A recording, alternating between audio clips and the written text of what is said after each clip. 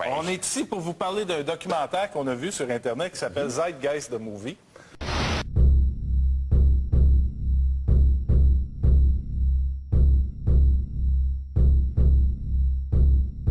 Troisième partie du film, on parle de la Banque fédérale de réserve américaine.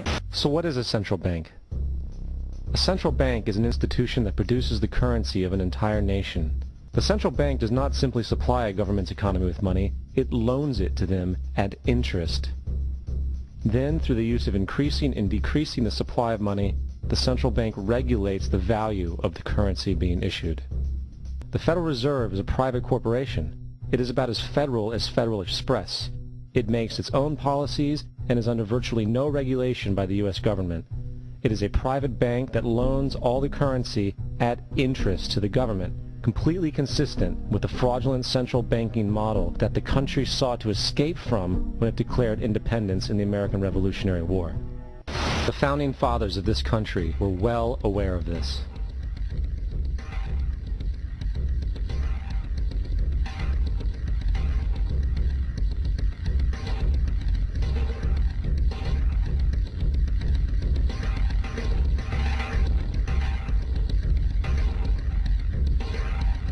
At this time, the dominant families in the banking and business world were the Rockefellers, the Morgans, the Warburgs, the Rothschilds. And in the early 1900s, they sought to push, once again, legislation to create another central bank. However, they knew the government and public were very weary of such an institution, so they needed to create an incident to affect public opinion. So, J.P. Morgan, publicly considered a financial luminary at the time, exploited his mass influence by publishing rumors that a prominent bank in New York was insolvent or bankrupt.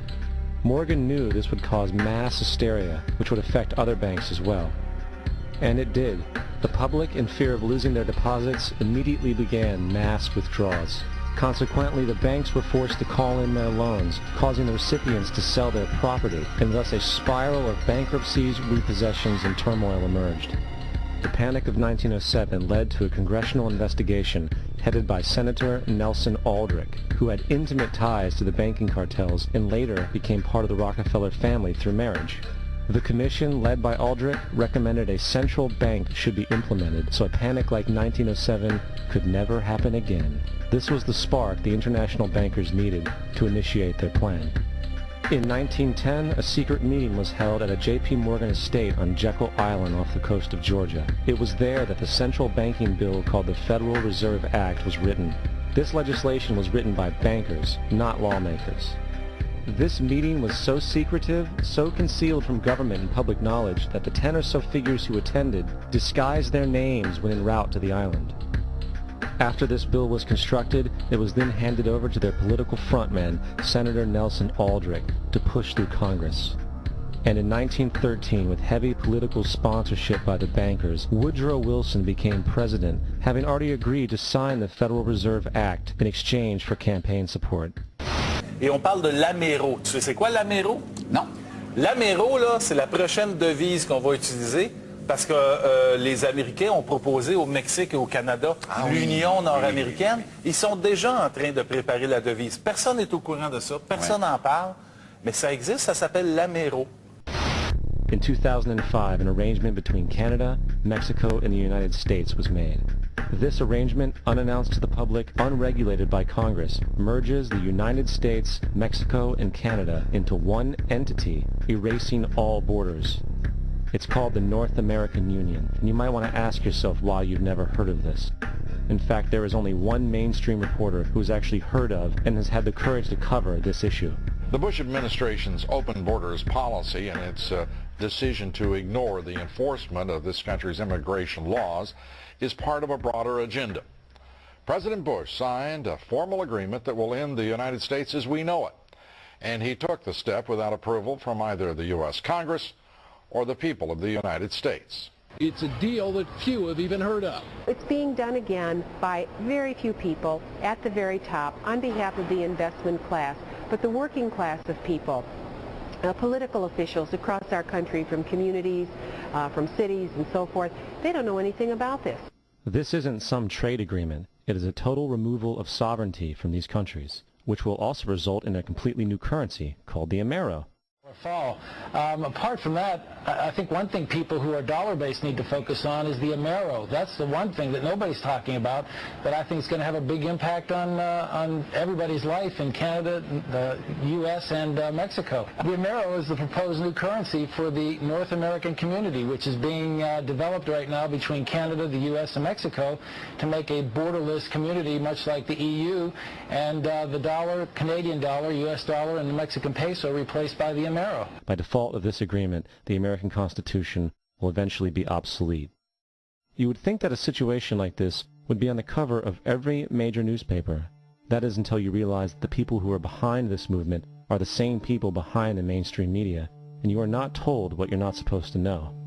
The North American Union is the same concept as the European Union, the African Union, and the soon-to-be Asian Union, and the same people are behind all of them.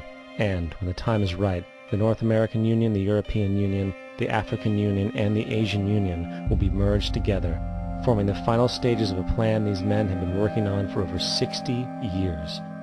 A one-world government. Zeitgeistmovie.com, c'est gratuit. Le film dure 2 heures, il est en ligne, vous ne pouvez pas l'avoir au club vidéo, mais c'est vraiment intéressant. Prenez le temps, si vous ne comprenez pas l'anglais, faites-vous le traduire parce que ça vaut vraiment la peine.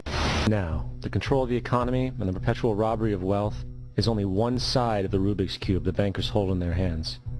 The next tool for profit and control is war. Since the inception of the Federal Reserve in 1913, a number of large and small wars have commenced. The 3 most pronounced were World War I, World War II, and Vietnam. World War I. In 1914, European wars broke out centered around England and Germany. The American public wanted nothing to do with the war. In turn, President Woodrow Wilson publicly declared neutrality. However, under the surface, the U.S. administration was looking for any excuse it could find to enter it. It's important to understand that the most lucrative thing that can happen for the international bankers is war, for it forces the country to borrow even more money from the Federal Reserve Bank at interest. Woodrow Wilson's top advisor and mentor was Colonel Edward House, a man with intimate connections with the international bankers who wanted in the war. In a documented conversation between Colonel House, Wilson's advisor, and Sir Edward Grey, the Foreign Secretary of England, regarding how to get America into the war, Grey inquired, "What will Americans do if Germans sink an ocean liner with American passengers on board?" House responded, "I believe that a flame of indignation would sweep the United States, and that by itself would be sufficient to carry us into war." So, on May 7, 1915, on essentially the suggestion of Sir Edward Grey, a ship called the Lusitania was deliberately sent into German-controlled waters, where German military vessels were known to be. And, as expected, German U-boats torpedoed the ship, exploding stored ammunition, killing 1,200 people. The First World War caused 323,000 American deaths. J.D. Rockefeller made $200 million off of it. Not to mention the war cost about $30 billion for America, most of which was borrowed from the Federal Reserve Bank at interest. World War II. One of the unspoken partners of IG Farben was J.D. Rockefeller's Standard Oil Company in America. In fact, the German Air Force could not operate without a special additive patented by Rockefeller Standard Oil. The drastic bombing of London by Nazi Germany, for example, was made possible by a $20 million sale of fuel to IG Farben by the Rockefeller Standard Oil Company. One other treasonous organization worth mentioning is the Union Banking Corporation of New York City. Not only did it finance numerous aspects of Hitler's rise to power, along with actual materials during the war, it was also a Nazi money laundering bank, which was eventually exposed for having millions of dollars of Nazi money in its vaults. Guess who the director and vice president of the Union Bank was? Prescott Bush, our current president's grandfather, former president's father. And as long as people continue to see themselves as separate from everything else, they lend themselves to being completely enslaved.